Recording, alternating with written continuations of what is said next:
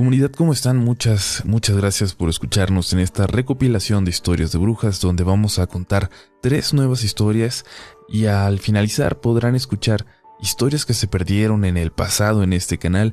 Una de ellas, un clásico como La Bruja del Lago de Chapala, y la otra recientemente no disponible, que es la de Las Brujas de Octubre. No se olviden irse sin comentarnos cuál es su historia de brujas favoritas de este canal. Y bueno, también comentarles que nos encantaría visitar un pueblo que sea famoso por sus apariciones de brujas, por su presencia en las tradiciones o el folclore del lugar. Díganos cuál sería el más importante por visitar. Para enterarse de este proyecto o de en qué más cosas andamos, síganme en Facebook y en Twitter. Gracias por escucharnos. Esto es Relatos de la Noche. La siguiente historia sucedió a una amiga que se llama Melissa y pasó hace más o menos un año. Mis amigos y yo acostumbramos mucho a ir al pueblo del General Zaragoza en Nuevo León, municipio que se encuentra aproximadamente a 4 horas y media o 5 de donde nosotros vivimos, en Monterrey. Cabe destacar que mi amiga es muy buena conductora, tiene experiencia desde chica y conoce bien el camino a dicho pueblo. Conoce los señalamientos, entronques, gasolineras y demás. El día que todo ocurrió, yo me había ido al pueblo en el carro de un amigo y ya estábamos instalados en el hotel. Solo nos restaba esperar a que llegaran los demás, mi amiga Melissa, su hermana y otros 2 amigos que venían con ella. Dice que aproximadamente a las 10 de la noche ya estaban por llegar al pueblo. Ya habían tomado el primer entronque e iban en la carretera que los llevaría al segundo, mismo que ya los conduce al camino que llega al pueblo.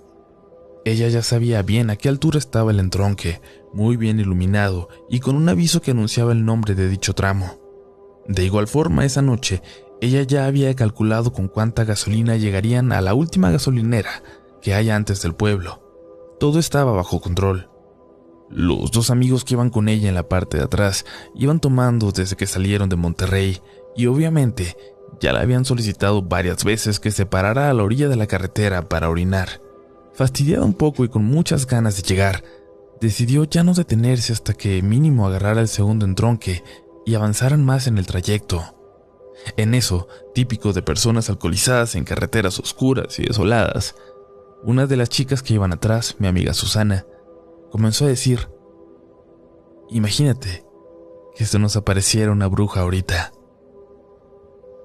Melissa es católica, pero no fanática, creyente en sucesos paranormales, puesto que ha tenido múltiples experiencias, así que le dijo: «Cállate, porque no sabes lo que dices y se nos va a venir apareciendo una». Susana, un poco alcoholizada y muy escéptica de estos temas, dijo: «Pues a ver, si es cierto, que salga una, a ver». Melissa le repitió que se callara un par de ocasiones más, cuando en determinado momento se dio cuenta de que ya debían de haber tomado el entronque. Según sus cálculos y el conocimiento de la carretera, ya debían haber tomado la salida y no se veía nada, solo oscuridad. No había más luz que la que daba su coche y la luna. Extrañada porque nunca le había pasado eso, se dio cuenta que la gasolina se agotaba y que ni su celular ni el de su hermana tenían señal. No había forma de saber dónde estaban. Se empezó a poner nerviosa porque no sabía qué hacer. 2 de los pasajeros estaban ebrios y obviamente no ayudaban en nada, y su hermana, menor que ella, comenzaba a asustarse al ver su propio nerviosismo. Para colmo de males, Susana le pidió de nuevo que se detuviera, que necesitaba ir al baño. Muy molesta y obligada, Melissa se detuvo al lado de la carretera para que saliera Susana y también para ella aprovechar y darse un tiempo para pensar en qué fue en lo que se equivocó. Le preguntó a su hermana si de verdad tampoco había visto la salida, y ella le aseguraba que no, que iba al pendiente todo el trayecto y había visto lo mismo que ella, solo oscuridad. En ese momento, a lo lejos, luego de que sus ojos comenzaron a acostumbrarse a la oscuridad, vio que cerca de una piedra estaban 4 figuras que resaltaban por ser más oscuras que la noche misma. No sé de qué forma, pero ella se dio cuenta de que eran mujeres de cabello largo. Sus vestimentas eran también completamente negras y los miraban fijamente sin hacer ningún movimiento. Muy asustada, decidió no decirles nada a los demás, ni a su hermana ni a los ebrios de atrás. Así que solo les pidió que se subieran y arrancó. Arrancó lo más rápido que daba su carro, sin voltear a ver a su izquierda, que era en donde estaban las mujeres. Comenzó a echar maldiciones en su mente o en voz baja y siguió su camino, rogándole a Dios poder saber en dónde se encontraba. Después de unos minutos, su hermana le dijo que su celular ya tenía señal y que según el mapa, habían pasado el entronque hacía más de media hora. Mi amiga dio vuelta, nerviosa de encontrarse de nuevo a las mujeres, ahora en el carril por el que ella iba. Después de un rato lo vio, por fin, el entronque iluminado. Era imposible no haberlo visto. Volteó extrañadísima con su hermana y condujo a duras penas hasta la siguiente gasolinera y posteriormente por fin al pueblo. Dice que fue algo muy extraño, que no se lo puede explicar, pero lo atribuye a que Susana retó o invocó algo de alguna forma esa noche. Quiero compartir esta historia pidiendo el gran favor de que si se publica, sea de forma anónima, ya que se me prohibió estrictamente hablar del tema por mi empresa, que se dedica a las telecomunicaciones. En el año 2006 comenzó una obra en un cerro de la zona de Guerrero. Llevaba más de 2 años y no se podía terminar, ya que los trabajadores continuamente renunciaban y, sin decir más, no volvían a trabajar. Yo suponía que era por la delincuencia organizada en la región, ya que en ese cerro continuamente se encontraba gente ejecutada o decapitada. Y aunque hasta donde sé, nunca se metieron con la gente que trabajaba en la obra, nos vimos en la necesidad de contratar más gente de esa zona e ir personalmente nosotros a supervisar la obra. Cuando llegué, los primeros días tomamos fotos de la obra con mi vieja cámara digital de 3 megapíxeles para reportar el avance, y nos dimos a la tarea de construir un campamento temporal para no tener que salir de ahí hasta terminar la obra. En ocasiones me llamaba la atención, durante el día, escuchar voces muy cercanas, pero nunca vi nada. Yo pensaba que eran del pueblo que estaba como a 15 kilómetros en línea recta desde ese cerro, que de alguna manera esos ecos llegaban hasta allá, aunque la verdad se escuchaba muy claro para pensar que vinieran de tan lejos. Llegó un momento en el que ya no le tomé importancia. A veces se escuchaban carcajadas como si estuvieran festejando algo, pero igual, después de un tiempo, aprendimos a ignorarlo. Los suministros se compraban en el pueblo más cercano, a 1 hora por el camino de terracería y zonas escarpadas entre la montaña. Aparentemente estaba cerca, pero era un verdadero viaje el ir y regresar el mismo día. Pero había una regla que nos recalcaron muy insistentemente, y era que nadie salía del campamento después de las 5 de la tarde por razones de seguridad. Incluso teníamos estrictamente prohibido explorar la zona del Cerro del Rodeo en sus alrededores. Nos dijeron que había mucha serpiente muy venenosa y que una picadura significaba una sentencia de muerte, ya que la población con hospital más cercana se encontraba a más de 5 horas de camino. Al menos eso nos habían dicho, pero no nos imaginábamos que la verdad sería otra. Un jueves nos quedamos sin cintas de aislar y otros materiales, por lo que había que ir al pueblo a comprarlo. Su ausencia nos detenía la obra y ya nos urgía terminar y salir de ahí, ya que era un lugar tremendamente aburrido después de que te acostumbrabas al calor horrible, la falta de distracciones y a la abundante población de varios tipos de alacranes que había por todos lados. Eran las 2 de la tarde y le pregunté a los trabajadores que quién quería acompañarme. Solo uno se animó, el Hodge, un trabajador de unos 50 años, muy ameno y chistoso. Llegamos cerca de las 4 a esa única ferretería que había en el pueblo. El dueño, don Chencho, muy amable pero serio, nos hizo favor de juntar lo que necesitábamos de la lista mientras comíamos con doña Chata en ese pueblo tan pintoresco, muy al estilo de Guerrero. Cuando ya nos preparábamos para irnos, nos preguntó don Chencho: «Inge, ¿y dónde van a dormir?». Yo le dije que en el campamento, y con cara de asombro nos dijo: «No, ya no vayan para allá, ya son las 6». Le respondí que no se preocupara, que la camioneta que llevábamos era 4x4 y que ya me sabía el camino, y nuevamente me dijo: «Quédense a dormir en mi casa, y temprano se van». La verdad, yo por necio y casi ofendido porque pensé que él creía que yo no tenía la capacidad de manejar en esos caminos de noche, le dije que no se preocupara y no se ofendiera, pero quería llegar ese mismo día al campamento para al día siguiente continuar con el trabajo desde lo más temprano posible. Nos subimos a la camioneta y nos retiramos del pueblo. Y ese fue un grave error. Cuando nos adentramos en la sierra con dirección al cerro del Rodeo, la oscuridad de la noche nos cayó encima y hacía tenebroso el circular entre los árboles cerrados del camino. Yo le iba haciendo bromas al Hodge y apagaba la luz de la camioneta circulando, y de verdad que no veíamos más allá de nuestra nariz.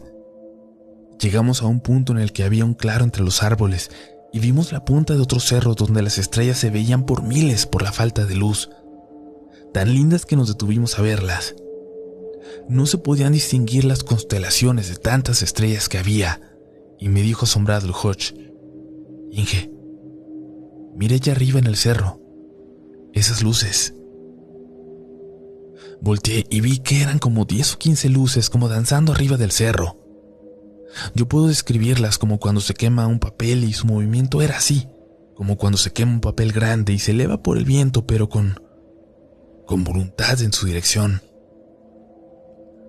De pronto, para nuestro asombro, vimos que esas luces bajaban del cerro en dirección nuestra, y por instinto subimos los vidrios y pusimos los seguros, y me arranqué a todo lo que daba la camioneta entrando de nuevo entre los árboles. Pero no sé decir en qué momento nos alcanzaron y las vi por el espejo retrovisor. No podía ir más rápido, pues el camino no era muy ancho y siempre iba al lado del precipicio, por lo que una mala maniobra nos llevaría al fondo de un barranco. Yo solo escuchaba los sollozos del Hodge preguntando qué eran esas cosas, por qué iban detrás de nosotros. Yo le grité que se calmara, que no las viera, que fijara su vista al frente. Entonces me di cuenta que a mi lado iba una de esas luces de fuego, y dentro de las llamas les juraría que alcancé a ver algo así como el rostro de una mujer que buscaba mi mirada. Cuando regresé la mirada al camino, casi nos salimos de la curva, quedando con 3 llantas en el camino y una volando en el barranco. Las luces giraban a nuestro alrededor como empujándonos para caer. Activé el 4x4 y metí reversa.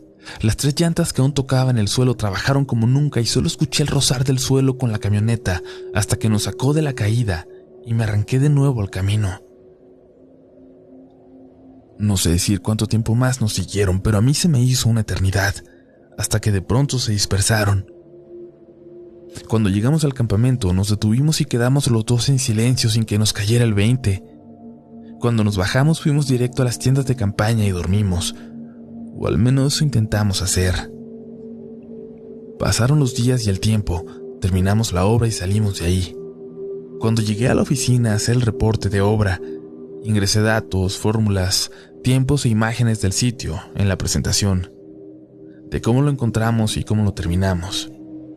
Después de un rato, mi supervisor y el gerente me llamaron para reclamarme por qué habíamos reportado el pago de 4 trabajadores cuando realmente habían estado 6, y yo les dije que para nada, que de dónde sacaban esa información. Entonces vi mi reporte proyectado en la pantalla de la sala de juntas. Ahí estaba mi primer foto cuando llegué a la obra sin terminar, como la recibí. De un lado estaban 2 trabajadores paleando mezcla de cemento, uno cargando un bote con cemento y el tercero, Hodge, parado junto a la camioneta tomando agua. Pero, junto a él, como si lo estuvieran acompañando, estaban 2 figuras más. Una persona con una capucha negra y alguien más sin camisa, con pantalones blancos, zancones. Asombrado no supe explicar la imagen y la verdad, el reporte lo hice rápido pues ya no quería saber nada de ese lugar. De inmediato corrí a mi computadora y busqué la carpeta de imágenes, y busqué esa precisamente para abrirla, y al ampliarla, lo que vi me causó escalofrío. El encapuchado parecía más bien la muerte, y el otro tipo, el hombre sin camisa, parecía tener piernas de cabra. Después de eso cambié de departamento y ya no salgo a campo a hacer ese tipo de trabajos. Sin embargo, mucho tiempo después, escuché del ingeniero que llegó ahí después de mí que alrededor del sitio se seguían escuchando carcajadas.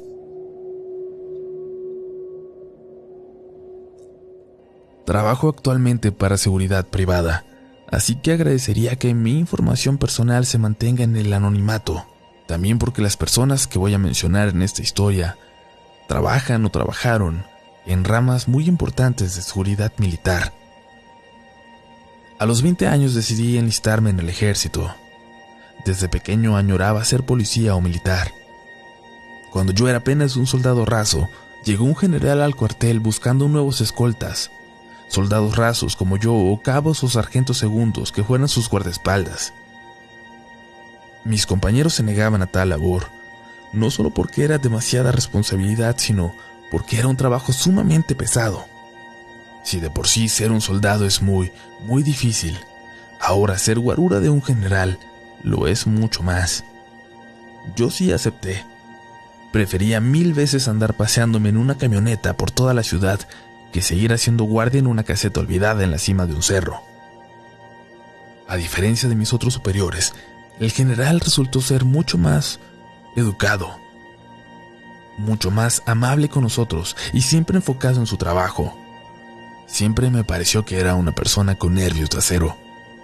Nunca vi miedo en sus ojos, ni escuché una voz temblorosa saliendo de su boca, a pesar de que tenía que dar órdenes pero muy delicadas.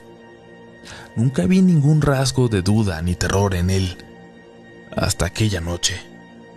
Era una noche muy calurosa. Luego de recibir un mensaje en código, el general nos dio la orden de conducir hasta un pueblo llamado San Antonio de las Alazanas. Al llegar, vimos que ya compañeros nuestros, pero pertenecientes a otro batallón, habían colocado un retén. El general preguntó ahí por el oficial a cargo, pero le dijeron que se había retirado. Cuando indagó más, le dijeron que varios de los soldados habían sufrido alguna especie de crisis nerviosa por algo ocurrido en el panteón, a unos cientos de metros de ahí. Nos dio la orden rápida de cargar nuestros fusiles y permanecer alertas, y nos dirigimos hasta allá. Inclusive él, que solo portaba un arma corta y con contados tiros, se preparó para entrar a ese panteón junto con nosotros. Una vez ahí, notamos un área de fosas comunes que tenían muy pocos de ser creadas, posiblemente menos de un día. Y en una había cuerpos que al parecer pertenecían a miembros del crimen organizado. Según nos dijeron, al parecer habían tenido algún tipo de combate, pero los cuerpos no tenían ojos ni lengua, y en sus rostros, en muchos de ellos, se encontraban grabadas las muecas de horror con las que murieron. El general me pidió a mí y a un compañero que nos quedáramos a custodiar los cuerpos, como si alguien en su sano juicio quisiera acercarse a verlos. Él y otro compañero fueron a hablar con el sargento que se quedó al mando del retén. Duramos más de 15 minutos ahí, solos con esos cadáveres que alguna vez habían sido hijos, hermanos, padres de alguien, y ahora eran solo cuerpos. Por la radio el general nos dio la orden de regresar y acudir con él a unas oficinas cercanas. En el camino nos contó que al teniente le reportaron pobladores aquel grupo de cadáveres abandonados a unos metros del panteón, a varios kilómetros del pueblo, que ningún poblador sabía cómo ni quién los había dejado ahí. Alguien dijo que estos delincuentes estaban preparando tierras para la siembra de marihuana, y en un momento habían terminado así. Recuerdo que, ni bien el general terminó de contar esto que les narro, el conductor de nuestra camioneta, al voltear por el retrovisor, vio que 6 bolas de fuego se encontraban ahí, sobrevolando el panteón, dando vueltas, encogiéndose y haciéndose grandes. Cuando nos alertó, todos volteamos incrédulos, sin saber qué decir o qué pensar. Fue la noche más rara de mi vida, y una de las más aterradoras también. Yo renuncié un año más tarde. Actualmente trabajo en seguridad privada de un almacén en Monterrey como monitorista. Nunca supe qué fue lo que le pasó a aquel grupo de hombres que, a pesar de que hacían algo malo, corrieron con muy mala suerte para terminar así.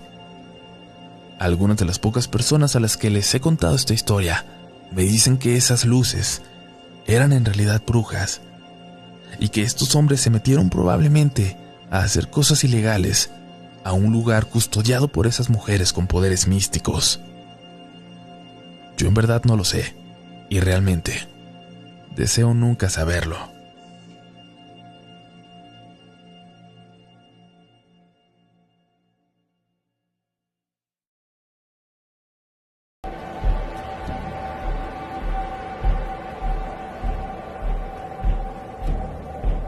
Esta es la primera vez que comparto algo con la comunidad. Es una de las experiencias más fuertes que he tenido en mi vida y sé que será difícil de creer. A más de un año de ocurrida, ni yo misma termino de creerla por completo.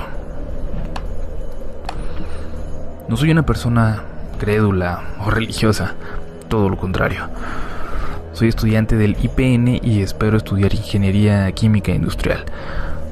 Entonces, evidentemente, mi percepción del mundo está basada en la ciencia, pero, a pesar de ello, desde pequeña he sido muy perceptiva a los fenómenos paranormales, y es por eso que no soy escéptica a ellos. Mi familia es de Guadalajara, y los que sean de allá sabrán que se dicen muchas cosas acerca del bosque del Centinela. Mi abuela solía contarme algo que ocurrió supuestamente cuando ella tenía unos 13 años. La familia se había ido a acampar al bosque, y ya por la noche, como suele pasar, comenzaron a contar historias de terror. Entre ellas, la de una bruja que se decía sobrevolaba ese bosque con forma de lechuza. Una lechuza negra y enorme. Decían que se llevaba a algún desafortunado que encontrara caminando por el bosque a mitad de la noche. También que la bruja llevaba a sus presas hasta la laguna de Chapala y que ahí realizaba rituales con sacrificios humanos. Mi abuela tenía un tío que no creía en este tipo de cosas y él se burló de esta historia. Dijo que podía adentrarse en el bosque, pasar la noche maldiciendo y retando a la bruja y volver como si nada. Ignoró las advertencias de todos los demás y a pesar de que trataron de persuadirlo, comenzó a caminar hacia lo profundo del bosque mientras gritaba con palabras altisonantes que la bruja no existía, que no podía llevárselo. Repitió eso, perdiéndose en la oscuridad, y poco a poco la voz fue dejando de oírse. Decía mi abuela que no había pasado más de media hora cuando vieron como un pájaro enorme voló llevando en las patas a su tío, que se veía pequeño como si fuera un ratón, mientras gritaba a todos pidiendo ayuda. Nunca se volvió a saber de él. Cuando era niña esta historia me aterraba, pero conforme fui creciendo, empecé a dudar de su veracidad. Eso hasta junio del año pasado. Fui con mi novio a pasar 2 semanas de vacaciones en Guadalajara. Llegamos un sábado y justo el siguiente, una semana después, fuimos a la laguna de Chapala. Acampamos en un cerro cerca de la orilla sur de la laguna. Cuando cayó la noche le conté esta misma historia a mi novio, aunque claro, le dije que yo dudaba mucho de que fuera cierta. Él, de todos modos, me dijo que no creía que fuera lo mejor que estuviéramos ahí. Mi novio también es muy propenso a experimentar fenómenos paranormales y ha vivido incluso más cosas de este tipo que yo.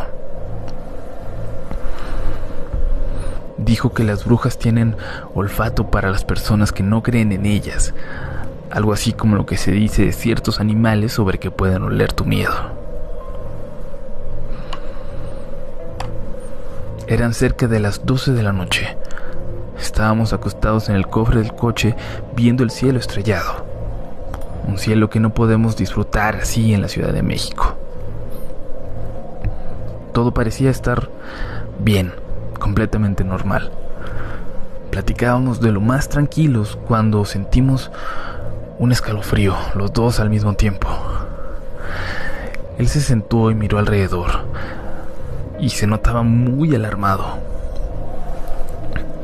Yo de pronto me sentí también nerviosa e insegura y le dije que lo mejor era ya irnos a dormir. Me dio la razón y cuando íbamos hacia la casa de campaña, volteó hacia la laguna. Me dijo que volteara a ver, y ahí, a lo lejos, pudimos ver un pájaro enorme. En medio de la oscuridad, vimos cómo cruzó la laguna rozando el agua. Se elevó y voló directo hacia nosotros. Quisimos protegernos en el coche, pero no pudimos abrirlo. Quiero pensar que por los nervios y el miedo no era capaz de abrir la puerta. Le pedí las llaves yo e intenté abrirlo del otro lado, pero no se podía. Me tomó de la mano y comenzamos a correr hacia abajo. Recuerdo muy bien que aunque esa cosa iba planeando, sus alas al chocar con el viento emitían una especie de zumbido y el sonido que hacía al aletear realmente me estremecía. Antes de que alguien piense tal vez en los relatos de avistamientos del hombre polilla o Mothman, les aseguro que esto no se trataba de esa criatura. Lo que nos perseguía era literalmente una lechuza gigante de unos 2 metros de alto y 5 metros con las alas extendidas. Negra, completamente negra, aunque el pecho y la cara eran de un tono un poco más claro, lo suficiente para dejarnos ver que no tenía ojos. Esa imagen me causó pesadillas incluso mucho tiempo después, y cada que cerraba los ojos veía la cara de esta criatura. Al principio nuestro escape fue más complicado porque era cuesta abajo y no había ningún árbol o obstáculo que interfiriera con el vuelo de esta cosa. Pero cuando por fin entramos a una zona donde había árboles, esto tuvo que aumentar la distancia y volar por encima de ellos. Seguimos corriendo hasta que nos acercamos al pueblo más cercano y eventualmente nos topamos con una iglesia. Alrededor había una barda alta. Recuerdo que mi novio saltó y como pudo trepó en ella, aunque era altísima. Luego me extendió su brazo y salté lo más que pude para tomarlo. Con esfuerzos me ayudó a subir y me lastimé las manos porque la barda tenía muchas piedras y rebabas de cemento. Corrimos por un panteón hacia una capilla que se veía en la entrada. La bruja comenzó a hablarnos. Nos llamaba por nuestro nombre. Me tapé los oídos. Su voz me molestaba mucho y no podía dejar de escucharla, como si me estuviera hablando al oído. Mi novio comenzó a cojear, lastimado por el salto que había dado, pero por fin llegamos a la capilla. Con esfuerzo entramos y él se detuvo para cerrar las puertas de este lugar. Mi novio sintió que una garra lo rasguñaba justo antes de que cerrara la puerta. Se dejó caer a mi lado. Nos abrazamos y ahí nos quedamos escuchando cómo la bruja daba vueltas como volando encima de nosotros, como si fuera un buitre. Un rato después, que me pareció eterno, se dejó de escuchar. Poco después llegó el velador del lugar y nos llevó café y nos dejó pasar la noche ahí con él. El viejito nos platicó muchas historias sobre esta bruja. Dijo que muy rara vez se acercaba tanto a los pueblos, que en las noches salía volando, pero que lo hacía muy alto, que apenas sí se podía ver. Dijo que él muchas veces, en el silencio de la noche, lograba escuchar sus aleteos, y como esta ocasión en particular los escuchó acercándose, corrió a refugiarse en la iglesia cercana. Nos contó también que muchos aseguran haber visto a una señora que sube al cerro más alto de la zona y ahí se quita los ojos y comienza a dar vueltas hasta convertirse en una lechuza que se va volando y que cuando regresa siempre trae a alguien entre las patas.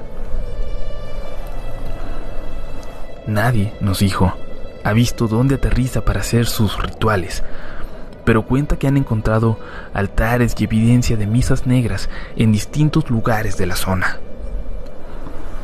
A veces se encuentran partes humanas cerca de estos.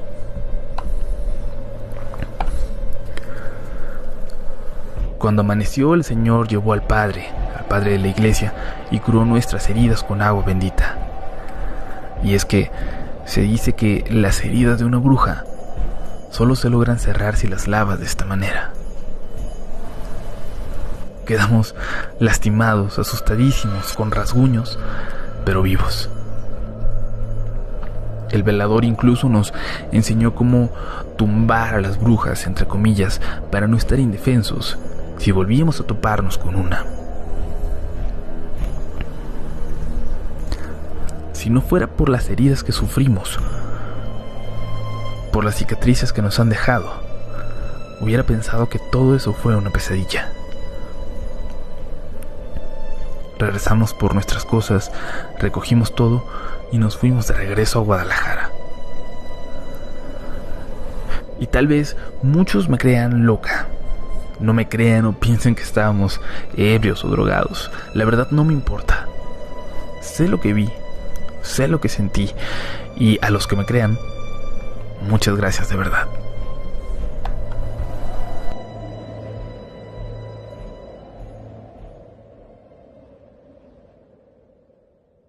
Desde que sigo este canal hace unos 2 años, he tenido ganas de escribirles esta historia cada que llega octubre. Por alguna razón no me sentía cómodo para hacerlo, pero hoy por fin me atrevo y espero que tengan oportunidad de leerlo. Todo esto ocurre en un pequeño lugar a unas 2 horas de la Ciudad de México, un lugar ya un poco metido en las montañas que es popular entre Boy Scouts y gente que gusta del campismo, con amplios espacios para acampar y también con unas cuantas cabañas para quien quiere una experiencia un poco más cómoda. Yo conocí este lugar cuando era niño. Mi papá era originario de un pueblito muy cerca de ahí, aunque prácticamente toda su vida la hizo aquí en la capital. Sin embargo, de todas las veces que fui a pasear y a acampar, nunca fue él. Cuando íbamos todos juntos al pueblo a visitar a su familia, siempre nos quedábamos en el pueblo. Pero cuando iba solo con mis primos y no iba mi papá, siempre nos dábamos la oportunidad de subir hasta aquel lugar al menos un rato y pasear por el bosque. Voy a contar algunas historias ocurridas en ese lugar. La primera de ellas me pasó a mí en 2015, y fue la que desencadenó que conociera después un poco más del misterio que lo rodea. Como las 3 ocurrieron precisamente en este mes, he titulado a mi historia Las brujas de octubre. Cuando tuve mi primer carro, lo primero que hice fue empezar a pasear a todos los lugares a los que no había tenido oportunidad de ir antes. Uno de mis primos acababa de ir precisamente a ese lugar a la salida del pueblo y me dijo que era un lugar perfecto para ir a acampar con mi novia. La invité y aceptó, pero me dijo que no le gustaría acampar, que prefería que nos quedáramos en una cabaña y ella la pagaba.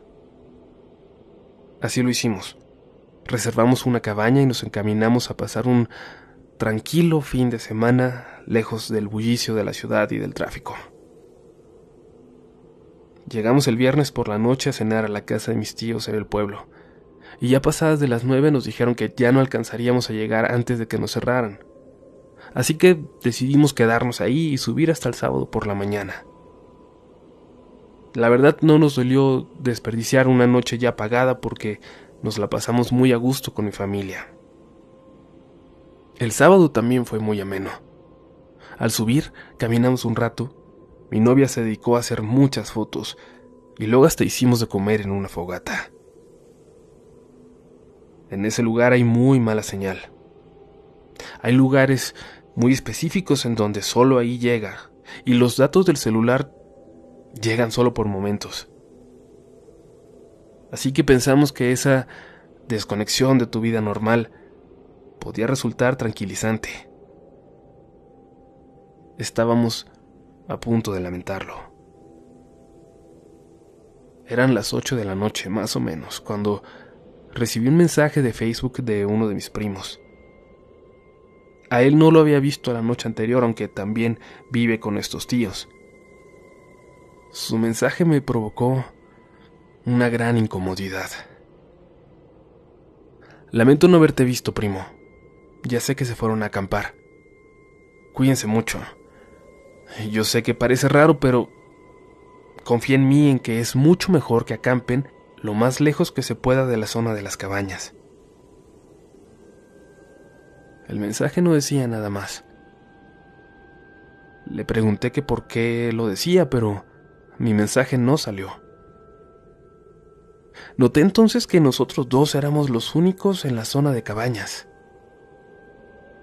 Mi novia me había preparado café y aunque quise pensar que este mensaje de mi primo era una advertencia sin importancia, no me lo pude quitar de la cabeza. Luego nos fuimos a dormir. Y después de una muy larga plática, empecé a olvidarme un poco del mal momento. Desperté un poco después, alertado por la voz de mi novia, nerviosa. Al parecer tenía una pesadilla y me dijo que sentía como si alguien estuviera caminando sobre la cabaña. Yo no escucho nada, le dije. Intenta dormir. Me quedé varios minutos despierto y no logré escuchar nada. Pero un rato después volví a despertarme. No pasa nada, le dije a mi novia, pero voy a revisar si eso hace que estés más tranquila. Así lo hice. No había nada alrededor de la cabaña y yo no había visto a nadie más en el lugar. Si alguien más estaba acampando ahí esa noche, debía estar a no menos de 1 kilómetro de distancia. Entré para intentar tranquilizarla y noté que se quedó un rato en su celular, seguramente para intentar quitárselo nerviosa. Yo me quedé dormido casi de inmediato. Más o menos 1 hora más tarde, ya cerca de las 4 de la madrugada, me despertó otro sonido, el de mi celular. Tenía un mensaje de mi primo que seguramente había enviado varias horas antes. Me pasó algo muy raro la última vez que subí a acampar a principios de mes. Estaba con varios amigos y de repente unas chicas nos pidieron ayuda. Estaban en las cabañas. Decían que las habían asustado. Por hacernos los valientes, le dijimos que se quedaran en nuestra fogata con nuestro grupo, mientras uno de mis amigos y yo íbamos a revisar. Cuando fuimos a la cabaña, nos encontramos con una escena espantosa. Espantosa por alguna razón, aunque quizás a ti te parezca una tontería. Pero en el techo de la cabaña había 3 señoras. 3 señoras sentadas en círculo, platicando con total tranquilidad. Yo no vi qué estaban haciendo, pero todas movían las manos mientras hablaban entre ellas, aunque todas hablaban al mismo tiempo. Podría decir que estaban tejiendo, pero eso no tendría sentido. Cuando las vimos, mi amigo empezó a correr de vuelta hacia nuestro grupo y entonces las vi a todas voltear. Se pararon, pero antes de ver algo más, yo también salí corriendo hasta nuestra fogata. Estuvimos un rato despierto. Luego las chicas se quedaron en nuestras casas de campaña y nosotros nos dormimos aún nerviosos junto a la fogata. Hay gente rara por ahí por las cabañas últimamente. Por eso te digo que mejor no te acerques mucho. En cuanto terminé de leer el mensaje, sentí como si tuviera un peso enorme sobre mí. Y entonces pude sentir, por decirlo de alguna manera, que alguien caminaba sobre el techo. Es decir, no podía escuchar nada, pero sentía la vibración, los pasos. Traté de despertar a mi novia sin hacer mucho ruido. Sentía que tenía que despertarla por si algo pasaba, que estuviera alerta. O no sé, quizás quería que ahora ella me calmara a mí, que me dijera que nada ocurría, que no había nadie en el techo y que solo era mi imaginación. Cuando por fin logré despertarla, me preguntó que qué me pasaba. ¿Hay alguien en el techo? No, claro que no hay nada, vuelve a dormir. No, es en serio, le dije. Hay alguien. Escucha. Escuchamos entonces con atención, en el silencio de la noche. 1, 2, 3 segundos. Y de pronto se escuchó como algo o alguien cayó con fuerza suficiente para estremecer toda la cabaña. Buenas noches.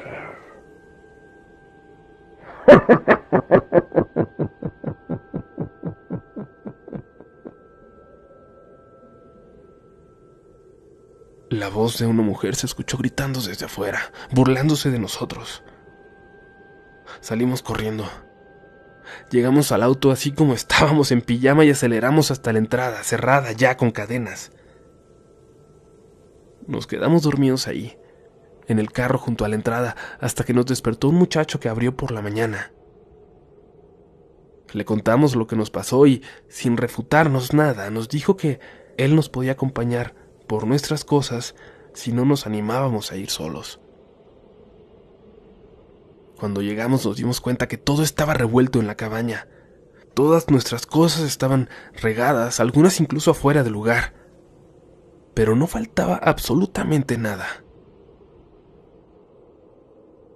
Cuando bajamos al pueblo, mi familia nos recibió todo ese día y nunca pusieron en duda nuestra historia.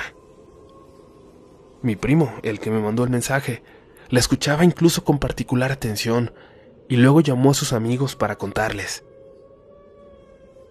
Mi novia estaba bastante nerviosa y hasta ya muy entrada la tarde pudimos salir de regreso a la ciudad.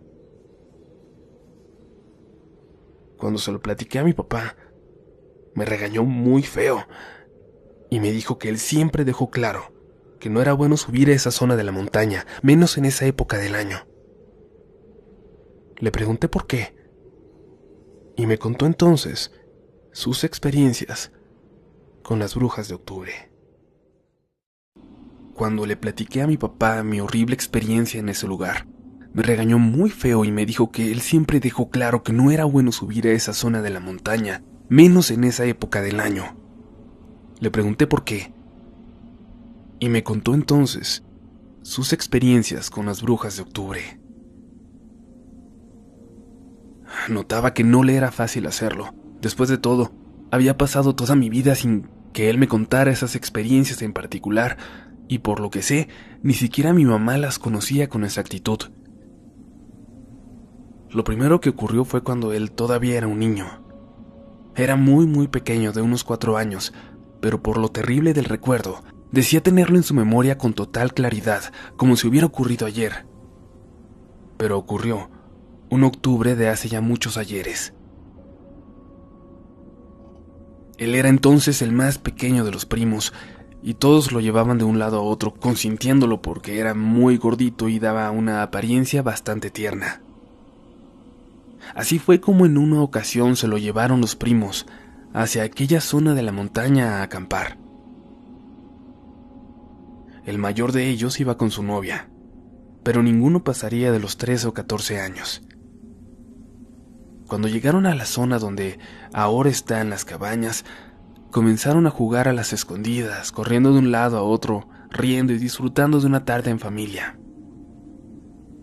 Mi papá iba de la mano de la novia de su primo, a quien, por ser la mujer más grande, le dieron esa responsabilidad de cuidar al niño más pequeño, obviamente por la educación un tanto sexista de aquella época. Corrieron a esconderse y mi papá no dejaba de reír, divertido, pero al alejarse un poco, de entre los árboles salió su primo, el mayor, quien tomó de la mano a su novia y le pidió a mi papá que corriera de regreso hasta los demás. Sin mucha preocupación, Mi papá empezó a correr hasta donde él creía estaba el resto de sus primos. Sin embargo, no los encontró. Él jura que llegó al mismo lugar, pero no había absolutamente nadie. Quiso regresar entonces hasta donde lo había dejado su primo y su novia, pero tampoco dio con el lugar. Para este momento él ya estaba llorando desesperado por el miedo de haberse perdido en el bosque. Además, la noche ya no tardaba en caer. De repente escuchaba voces platicando a lo lejos y la seguía. No lograba ver nada, pero no dejaba de correr tratando de seguir ese sonido. De pronto, una voz que él sintió familiar por alguna razón comenzó a llamarlo. Por aquí. Ven. Ven. Aunque no la reconocía, la voz le daba confianza, y él pensaba que podía ser una de sus tías, quizás alguien que había subido a buscarlos. Comenzó a alejarse, ya tenía varios minutos caminando, subiendo cada vez más por la montaña siguiendo esa voz. La niebla comenzaba a verse entre los árboles y aunque él no había visto para ese entonces películas de terror, sabía que era una escena que representaba peligro. De repente la vio, a unos metros de él, asomada en un árbol. Una anciana llamándolo con una gran sonrisa. «Ven, ven», le decía, y le hacía señas con su mano para que se acercara. Él era un niño de 4 años, solo en el bosque, y estaba ahí sin saber si acercarse a una señora desconocida o correr y volver a perderse. Dio unos pasos hacia ella, y de repente empezó a escuchar los gritos de todos sus primos llamándolo. Unos brazos entonces lo levantaron por la espalda y luego empezaron a correr con él. «No voltees, no voltees», le decían, y entonces reconoció la voz. Era la novia de su primo que corría hacia abajo con él en brazos y gritaba por los demás. Mi papá volteó hacia atrás y alcanzó a ver a la anciana corriendo detrás de ellos a una velocidad inhumana. Pero segundos después escuchó a todos sus primos. Los habían encontrado y todos lo regañaban. Decían que tenían horas gritándole por todos lados y él simplemente no salía. Mi papá, asustado todavía, les juraba que no los había escuchado. Empezaron a llegar entonces hasta el lugar los adultos de la familia, a quienes ya habían alertado un rato antes de que él se había perdido. Ya no lo dejaron juntarse solito con sus primos mayores, pero nadie les prohibió seguir subiendo. Solo mi papá y la novia de su primo habían visto a la mujer. Sin embargo, nadie más les creyó. Se empezó a contar eso solo como una historia más de terror, de esas que abundan en la zona, y nadie tomó en serio la aparición de esa señora.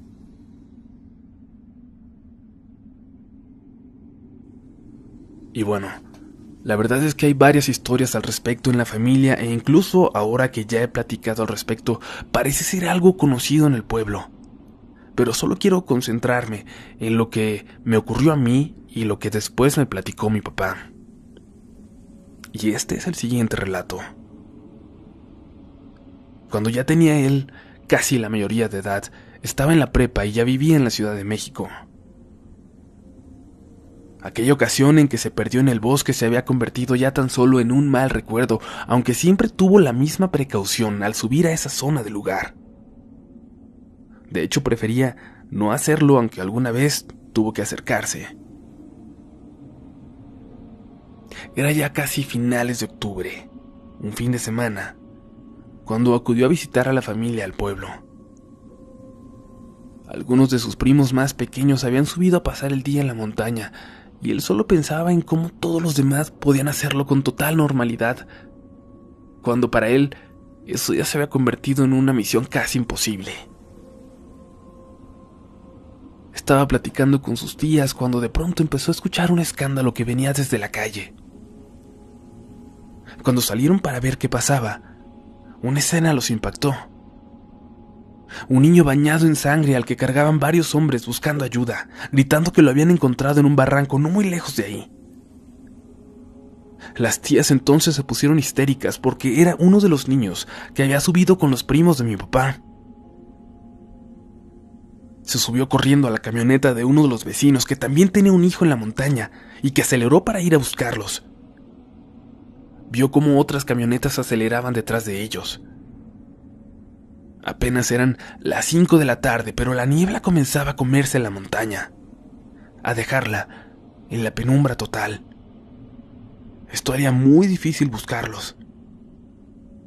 Los truenos a lo lejos anunciaban una tormenta a poco tiempo y todos sabían que si algo había ocurrido, iban a contrarreloj para alcanzar a llegar a los chicos. Era tal la desesperación de mi papá por encontrar a sus primos que poco podía pensar en el temor que le daba normalmente ese lugar. Lo importante ahora era encontrarlos antes de que ellos se toparan con lo que él vio hacía muchos años atrás.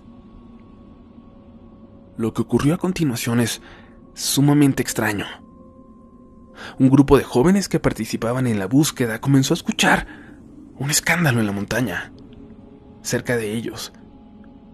Lo que parecía ser un grupo de mujeres riéndose y maldiciéndolos a ellos, a la gente del pueblo.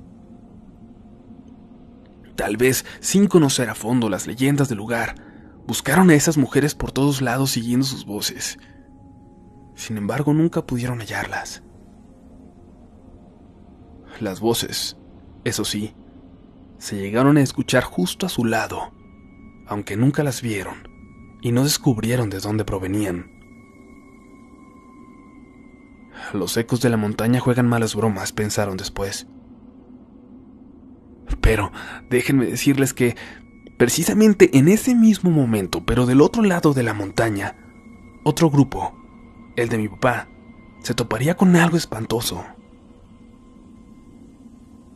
Eran 3 personas, entre ellos el vecino de unos 50 años, y 2 jóvenes un poco más grandes que mi papá. Caminaban separados por unos 10 metros cada uno para cubrir más espacio en la búsqueda, cuando el alarido del señor mayor los alertó. Se acercaron a él, pensando lo peor, que había encontrado a los niños y que algo les había pasado, pero cuando llegaron a él, tan solo pudo señalar un punto a unos 60 metros de donde se encontraban. Era la parte superior de un risco, donde había un lugar circular, plano, y en él varias señoras completamente desnudas, con el pelo larguísimo, gris, estaban sentadas en círculo. Parecían beber, reír, al lado de una fogata que lanzaba una gran columna de humo grisáceo. Y dice que parecían reír, porque no salía un solo sonido de ese lugar, a pesar de estar tan cerca. Notaron en ese momento entonces el silencio absoluto alrededor. Ni siquiera los animales parecían causar ruido alguno y prácticamente podían escuchar su pulso cada vez más acelerado por el terror. Bajaron corriendo, apresurándose para hacerlo antes de que oscureciera por completo o de que los vieran estas mujeres. Y al llegar al otro grupo, alguien les anunciaba que los niños ya se encontraban en el pueblo. Cuando bajaron, los encontraron a salvo, pero muertos de miedo. Decían que habían bajado corriendo porque algunas brujas los empezaron a seguir corriendo por las copas de los árboles. Lo más extraño de todo es que bajaron exactamente por el mismo camino por el que subieron los grupos que iban a buscarlos. Sin embargo, nunca se vieron. Desde entonces, cada que iba al pueblo, mi papá se aterrorizaba si veía una columna de humo salir de alguna parte de la montaña. Y nunca, por ningún motivo, volvió a subir algún día de octubre.